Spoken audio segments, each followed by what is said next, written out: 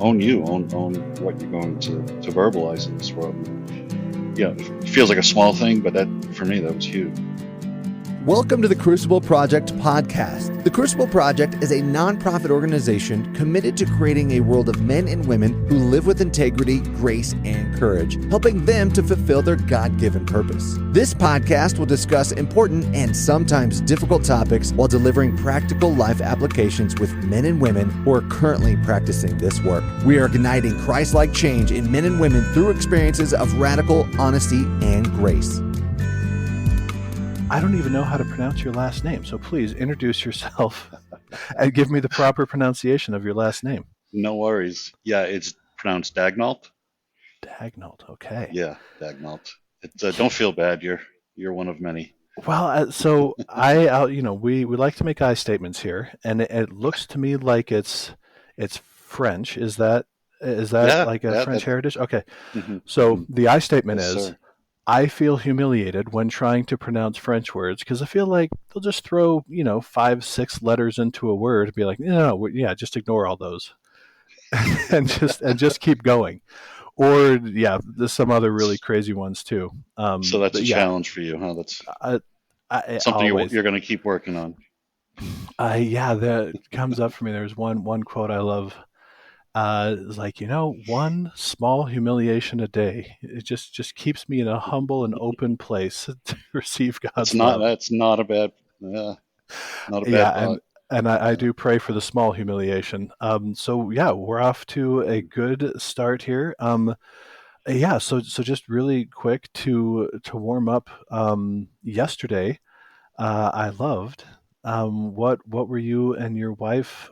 What space were you in? And then you just decided to jump. Yeah, tell me a little bit about that story.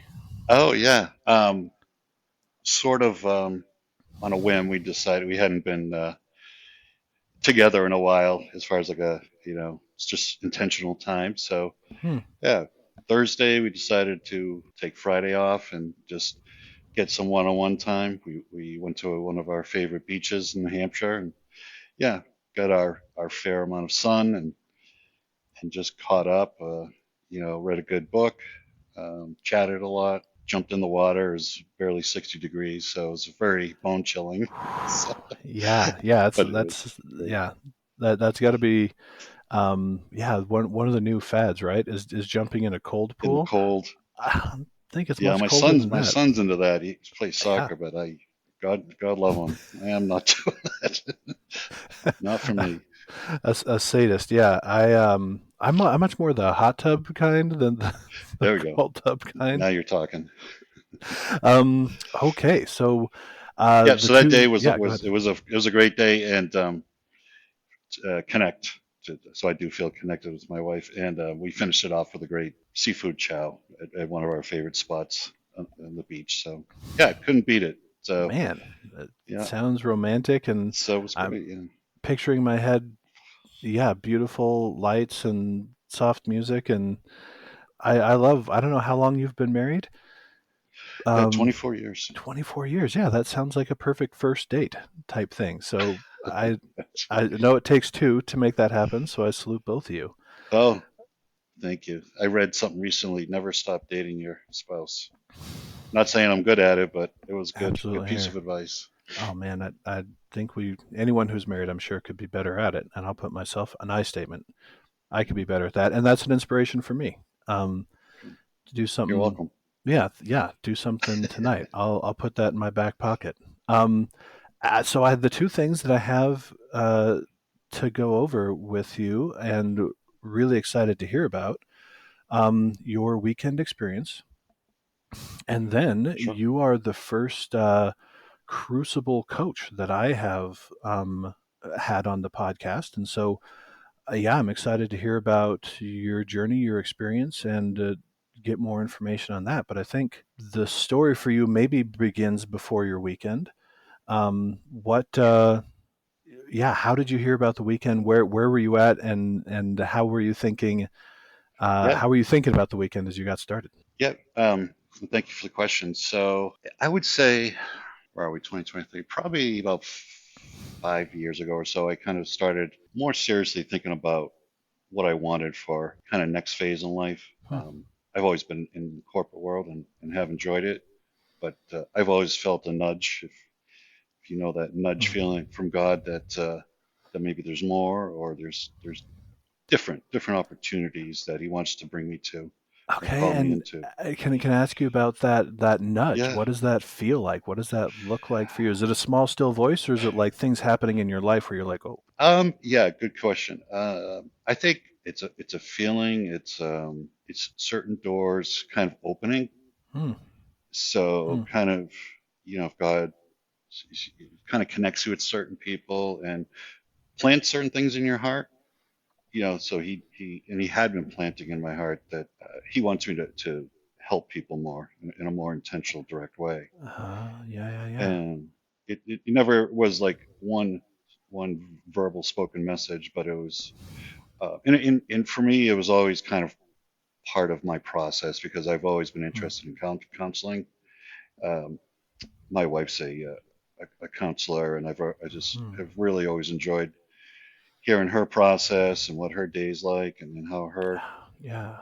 So I've got that in the back of my mind, and I was always attracted to Hmm, that, and even started on a journey to pursue a degree, but soon uh-huh. found out that I didn't have the bandwidth to, that it requires to actually get a full master's in counseling and get all the accreditations and necessary hours. So, Yeah. Yeah. Oh, I don't know exactly how many hours it is, but I know it's hundreds after you've done all the training, hmm which is a bunch of hmm it. Then it's hundreds of hours yeah, exactly. of getting up to speed, which I mean, I really appreciate Yeah, the counselors that I've talked to that they have the experience that they have, right? hmm It absolutely. takes the time that Absolutely. it does.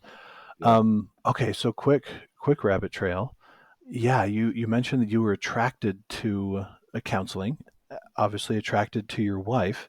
What were kind of some of the first things? Did you have any counselors or anything like that in your life prior hmm to your wife? And yeah, how Sure. did that happen? Sure. Well, it's an ongoing joke being married to a counselor. They're kind of always trying to fix you anyway. I can imagine it. Yeah, gently, hopefully, right? The training Yeah. kicks in at some point. I'm sure it's No, hard. Yeah. she really does a great job of leaving it at the door, and she just kind of comes home to decompress and Mm, get away from her. Um, because she's absorbing a lot throughout the day. I just saw the impact that she had in people's mm, lives, and we're probably both encouragers. Just being able to encourage people to look at things differently, to lean into how God has created them, seeing more of them than they maybe see of themselves, yeah, if that yeah. makes sense. So just, yeah, because and people have done that with me. To answer your question, I have done counseling, a few different settings, and I've just always been blessed by it. So it's Hmm. just I've always enjoyed, or well, enjoyed's not the right word. Appreciated the opportunity Yeah. to kind of review how I'm doing life, and where I can fine tune some things, where some things are out of balance. Hmm. Um, yeah, and in also addressing some woundedness from the past that I found over years is seeping into my adult life. That Yeah. yeah, that Yeah. you don't even, well, I statements I didn't even realize until it was pointed out to me that some of the behaviors that I exhibit, are there for a reason. Mm, And then there's a genesis. You can kind of trace back to why. And so I was kind of having mhm. that enlightenment, if you will, and awareness. Yeah. Yeah. And Yep. then Leading go up to ahead. the weekend, those And things then are leading up bubbling to up the for you. weekend. Yeah. Yeah. So Yeah. Yeah. that's just, sorry for the long-winded backstory. But so I started talking to my pastor, and again, I think just God putting some things together. We started talking about Crucible Project, and he had done a weekend. Okay. Yep. And that's where you first heard about it. Yeah, it's where I first heard about it. Yeah. Okay. Yeah. Yeah. So Yeah. that Yeah. was in 2000, probably 19. Yeah, 19 before the pandemic. Hmm. Um, we started talking the fall that year. I think he had just gone to an initial weekend. Yeah, and I've just been sharing some things with him. Rewind to some of those things I was talking about a moment ago, and he's like, you need to go to the Crucible Project. We have a relationship where we can be direct, Yeah. in a kind of a fun way, and that's how he said it. But he was, and then he let me unpack that, and he unpacked it a little bit more, and what does that really mean? But he did a wonderful job of keeping some suspense with the weekend and what Hmm. it's about, and Mm. he kept it high level, but the reason it intrigued me is because he seemed to leave with something tangible. Himself Yeah. was really moved and impacted by the weekend, and some things he was able to look at. So, being a friend of his and kind of trusting his guidance, I Mm. said, yeah, let's do it. That is very, very common way when hearing about a weekend that somebody really won't tell you about. You got to have a strong relationship. Um, Yeah. I had to have a strong relationship with the man who invited me, and then he had to invite me about 3 times Oh, really? Okay. before I actually signed Yeah. up. And yeah, I love what you said before. It's like enjoys the wrong word about the weekend experience. Um, but it was very, very good for me. So leading into the weekend, you probably start going through that getting into the weekend process, and people are calling you and asking you questions. And what's are you leaning into that, or are you like starting to lean out? What's that process like for you? Yeah. Probably depending on the day you ask me. Mm, yeah, I think yeah, it vacillated. yeah. Um, yeah, I was definitely open to the adventure. I knew him. I knew he had gone through it. I knew other people had gone through it, and said they're still okay, and they encourage it. So I kind of went with that. People I trusted, saying you're going to get something out of it, and it's not. They use the words that attracted me. So to be able to look at your relationships, and are they authentic? Is Mm, your walk matching your talk? So mm, they presented it in ways that they asked questions and said that, well, the weekend is going to kind of look at it. How do you relate to your family, your kids, your spouse? How are you with anger? And I mm, never felt you're bad. It's like you got to go because you got to fix this stuff. It was more it's invitational. Like, hey, if there's some things that are coming up, and I mentioned before repeatedly that you're really not sure why they're not serving you in any of your relationships. Why are you doing them? I'm like, yeah, good question. I don't know. yeah. So, yeah. Mm, So I think I got a pretty good lead in. So I mean, yeah, I knew there was a level of challenge in front of me, but yeah, I was really looking forward to the positive side. yeah, yeah. Well, and so we don't give away the details of the weekend. I'm of course fascinated at your experience going into it. As people are encouraging you to get into it, and recognizing how this comes up for me, that my wife heard and keeps giving the gift to me. When things are coming up, they're ready to come out. And so just that point of is not necessarily like the bad things that I do is that it's always ready to come out. It's that when I become aware of them, Yeah, that that is more, yeah, yeah, when it's ready to come out. And so yeah, yeah, the sure. weekend is challenging. And as you first meet those first challenges, what are the core emotions that come up for you in that? Definitely scare, just Mm. fear of what I might find, Hmm. and that's an internal what I might find. Because I definitely knew there was opportunity to really unpack some stuff, and so yeah, the fear, I don't know what the right word is, dread, probably fear again, Mm. of not to necessarily focus on my age, but I am in my 50s, and I'm like, all right, I felt like it was really time to address some things that had been lingering. So yeah, but I did feel challenged, and maybe fearful of. I knew there was some work ahead, Yeah. and yeah, I don't know about you, Jay, but when we have to look at our stuff and be like, yeah, we need to address that. Okay, what does that look like, and how does that play out? And Mm. it's like it's work. It's not bad, but it's yeah, you have to be intentional about. So yeah, like stepping into that. Yeah, Yeah, yeah. I found. There are good reasons. There were very Mhm. good reasons that I had not addressed those things before. Mm. Um, and yeah, it did take, and I can say I'd been on many, many men's retreat weekends, over my life. And my friend had told me this one is different. I'm like, yeah, yeah, yeah. Well, yeah, sure. And it was different. And yes, I resonate with the fear. That's one of my core go tos. Mm. That yeah, that's the one that constantly comes up over and over. So yeah, as you're sitting in that space, uh, Mm. because it's a whole weekend. It's not like it's Yeah. just Yeah. and it's amazing how much happens in a weekend. I find, yeah. What were some of the things that came up in that space for you as you were going through the different exercises and the different parts? That was maybe kind of the first. I know I've hit the bottom, and now I sense that I'm going to start to come up here. Yeah, and again, I'm not giving away the weekend, but yeah, yeah. Friday night's it's a challenging night. Some introspection is being Mm, done, and um, just a really good opportunity to kind of lay bare some stuff and yep. be with some raw emotions and being okay with that. Feeling the weight. Sometimes Mm, we feel the weight of our sin. Um, uh, for an example, looking at how I've reacted to my wife in certain situations through the use of sarcasm or belittling to make myself feel better. It was good stuff that came up, good in a yep. way that I needed. God wanted me to look at it, but again, it was heavy. So that night was heavy.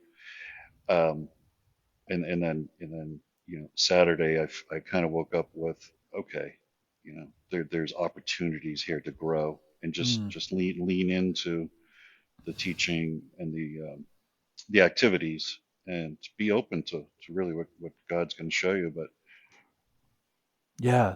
yeah. I had that same experience on Friday night. Oh, interesting. Isn't that came out of me? Isn't that interesting? And I like that Mm. word you use, raw, in a raw place. Yeah, yeah. And then the invitation to be reflective on that, and then into Saturday, I did not feel like I had hit bottom for quite a while. So, how about you on Saturday? Did you hit Yeah. bottom on Saturday, or was it into Sunday? It probably was. It might have even been Sunday for Yeah, me. Just kind of the way the ebb and flow of the weekend went. Yeah, I just remember, and probably even leaving Sunday, just again feeling the weight of some of this work that I had to. yeah, But Saturday was just, I think I was holding a lot of that junk in front of me and just processing. They give you opportunities to process some of that, yep, and I was able to step into some of that. I think there was, if I were totally honest, there was a piece of me that was maybe holding back just with that one cautionary eye open. hmm, I think I kind of worked through that Saturday morning, and just letting go and letting the weekend be. So there was kind of a tussle of releasing the control and the grip yeah, to to yeah. to really join the weekend 100% full. I mean, the thing that was so impactful for me was this, like, I remember sitting there and during this exercise and being invited, like, hey, you might have in your head right now to go in 60%, go in 70%, go in Mm. 80%, right? Like, Yeah, and yeah, this invitation to be like, go all in right now. yeah. This is the moment to go all in. Hmm. Hmm. And yeah, it was very scary for me to do that, and not pretty and good. Um, yeah, So also good. good. Okay, so coming out of the weekend, Sunday, or maybe even after leaving the weekend, um, the thing that you wanted to get, or the things that were coming up on the weekend, you know, I think you said feeling that weight. How did the weight feel as you're in Sunday and leaving the weekend? Yeah, I mean, it was all good. I guess a quick side comment too. A lot of it was really there's a new lane, or new language, but a new way of viewing things and speaking about your experience. And Mm. that was all new to me. Just the speaking directly, speaking truthfully, not clouding Mm. things. Yeah. That was all fairly new. We do learn how to speak for ourselves. Even I've heard you today mention a couple times. I'll say I, and that is so powerful. Like I have never had anyone point that out to me. Like, Welcome to the Crucible Project Podcast. The Crucible Project is a nonprofit organization committed to creating a world of men and women who live with integrity, grace, and courage, helping them to fulfill their God-given purpose. This podcast will discuss important and sometimes difficult topics while delivering practical life applications with men and women who are currently practicing this work. We are igniting Christ-like change in men and women through experiences of radical honesty and grace. so there's so much learning just right there. Mm-hmm. And leaving the weekend, I said, well, I was one of the guys that said, I gotta jump in somewhere. Mm-hmm. Because I felt like to some degree it was really the tip of the iceberg. Yes. So Okay. yeah, I got a lot out of the weekend. Probably thinking my biggest takeaway was that there's plenty of work to do. Yeah. B, there's a place to do it, and it's a safe place. Mm-hmm. You know, and C, I think it's going to be, the hope here is that I grow more like Christ and resemble Him more. And really, what Crucible offers is an opportunity to grow more like Christ. Hmm. We never reached it, of course, but uh, yeah. And so it was, they did a nice job, the Crucible folks, of really encouraging us to try to plug in where possible. And I took advantage of that and moved into a growth group fairly quickly. Yeah. Just to Yeah. kind of, I felt like if I didn't, I may lose the momentum, and being Okay. kind of like a thick French guy, that maybe it wouldn't sink in. So I kind of need repetition. Thick-headed French guy. Yeah, I mean that seems like one of the benefits of going, in your 50s. I went in my late 38, so I went in 2016. You Okay. knew yourself a lot Yeah. better. I was just I felt like in a lot of ways I was meeting myself. Um, Yeah. Yeah. but yeah, the weight that was coming out of that weekend, it seems like it was still there. It wasn't this just like, oh, shedding and now I'm done, but this like, oh wow, yeah, no, there's more, and I want more. I want to process more. Safe space, that resonated with me for someone who fear is a primary thing. Yeah, it needs to be a lot of safety, and I found that was really really helpful, necessary, I Mm. should say. I found it necessary to do that. So a growth group, that is 15 weeks, is that right? Yes. Yep. Yes. Yep. We meet 3 times a month for 5 months. Okay. Was once introduced to this idea of scaffolding, right? So that everything that Yeah. I have done, right, that allows me to Mhm. go to a higher level and a higher level. Yeah. Did you experience one of those steps up in the scaffolding, or was it just more of that base scaffolding? It's probably both. I think early Mm. on it was definitely the base, and just getting my legs under me, and um, having our group. With any new group, it takes a little bit of gelling and Sure. connecting. I think after we kind of worked through that pretty quickly, I feel like we all bought in and made ourselves 100% available when we met. Like, people were willing to share, willing to be there for each other. Because every week, not every week you're sharing necessarily. I mean, you do have some component, but yeah, being an encouragement, and that's a big part of it. It's the brotherhood or the sisterhood. It's Hmm. people that are on that similar path. So we're kind of all in that same boat, with a growth group leader who's got more experience than us Hmm. and did a nice job of guiding the group. And pulling those things out of us to continue the growth toward the authentic man we're all trying to move to. Yeah, I found my group experience was really helpful. I joined the 2-year program. Um, just kind of, yeah, what would be the right word to say it? Um, Yeah. out of this, just like, yeah, I'm gonna fix errors. Just arrogantly jumping into this, like, oh, this weekend helped me so much in 2 years. I'm not gonna have any problems at all. This is gonna be great. Right, and talk about scaffolding Yeah. up to a new place. So going through the growth group, was there any like specific, real impactful parts for you in that process, or anything that sticks out to you about your growth group experience? Having the ability to share whatever's going on in your life Mm. freely. I've never really experienced that, and that's for the positive. And I don't know how long you've been in the church world, but my experience in the church world with small groups, men's groups, etc., that we usually find at our local church, didn't really have the same level of authenticity Yeah, yeah, that this did, and I think it's just guys with similar mindsets. So not wanting to say one's better than the other, but I think guys on a certain path to really want to step into their work, look at what's working, what's not working, and trying to move forward. So that's probably the absolutely. biggest takeaway. And it's, yeah, and just I just want to highlight. I had a similar experience. How impactful that is, just to be in a group of people, to not be alone, and to be able to share. And also, I found one of my big experiences was hearing other people. Mm, It was kind of like one man's work was every man's work, or any man's work is every absolutely.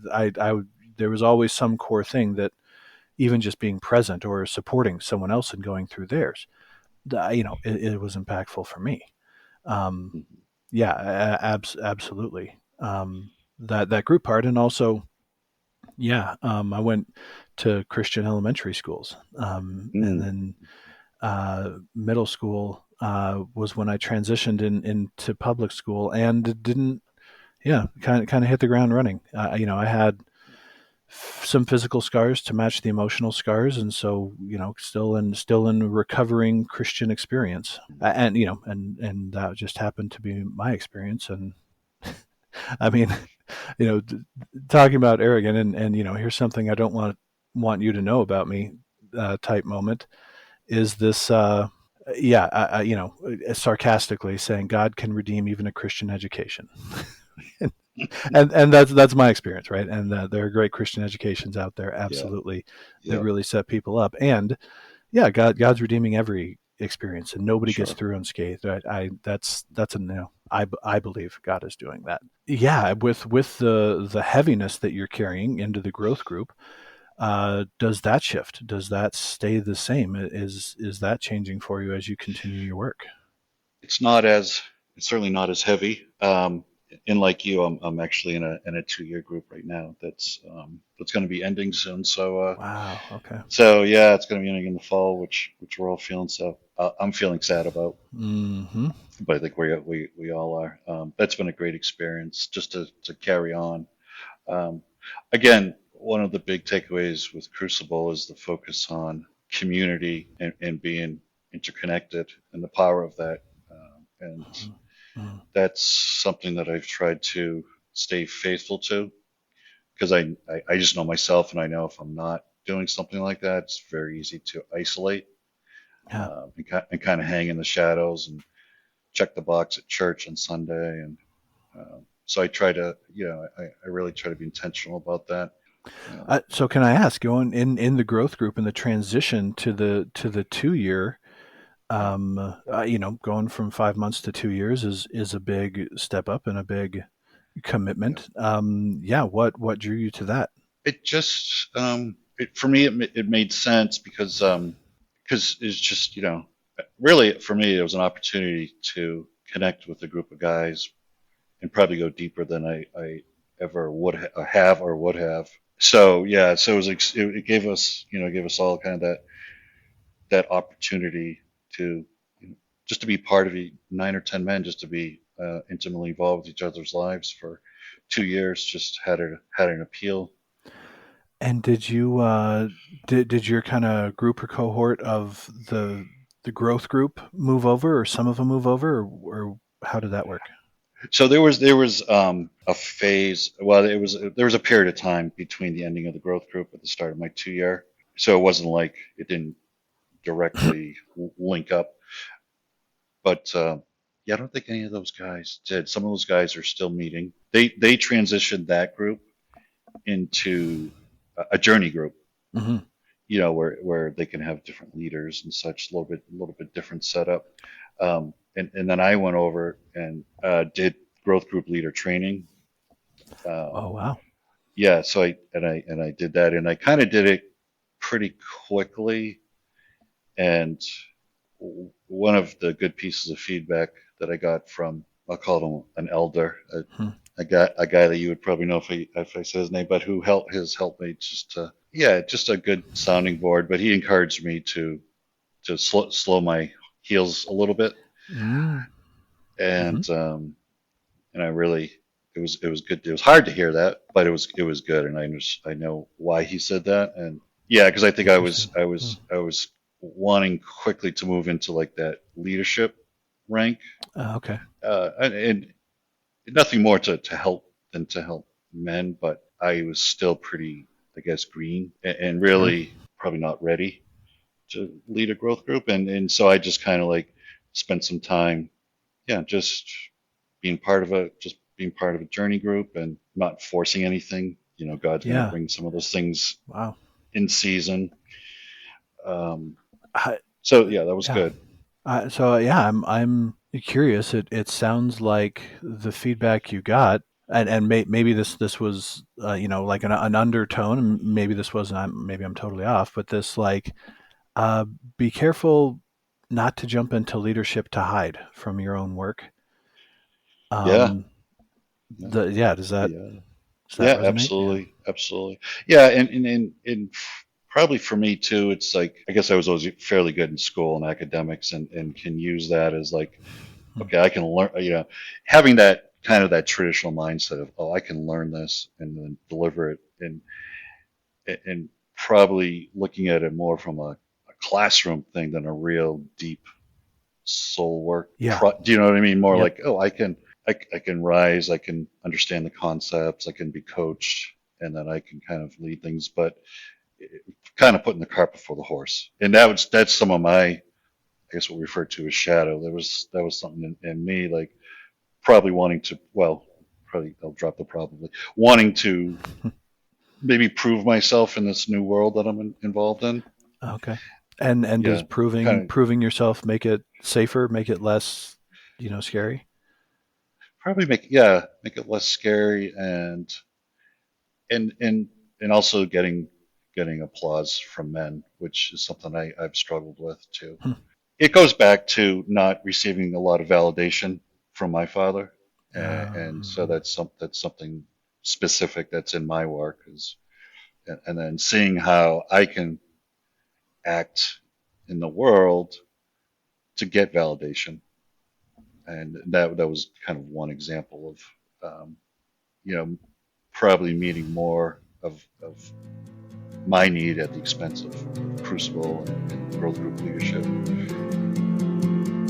For more information about our weekends, please go to thecrucibleproject.org. You can also follow us on Facebook, Instagram, and Twitter. Rate and review wherever you are listening, and subscribe on your preferred podcast platform. Also, don't forget to check out myjourney2.com for your free 2-week trial. That's myjourneyto.com. Thank you for listening.